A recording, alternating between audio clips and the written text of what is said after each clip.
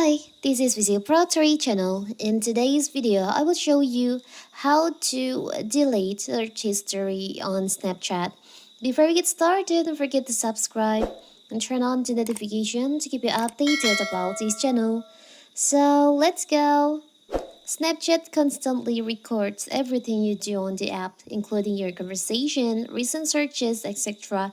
It's great if you want to quickly reference something you did on the app, but what if you want to clear your recent batch or recent history, search history on your Snapchat? It's so simple. So first of all, of course, we have to open our Snapchat. Now you can just go to your profile, tap on the up left corner. You can go to settings, tap on the up right corner. Now you can just scroll down and you'll find on the account action sections, there is an option clear search history. You can just tap on that.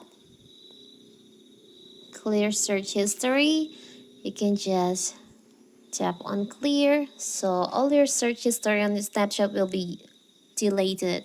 And also you can clear your recent products on your Snapchat. It's so simple, right?